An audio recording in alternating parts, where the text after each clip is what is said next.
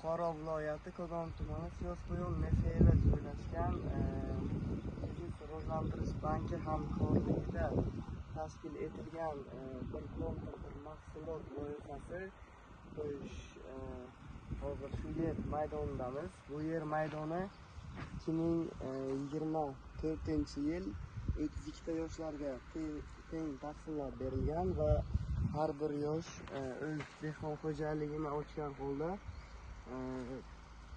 kooperatsiya asosida birlashib agregator tomonidan tushunchalar berib borilgan holda shu loyiha amalga oshirib kelinmoqda. Mana hozirgi holatda ko'rib turganingizdek lavlagi mahsulotimiz.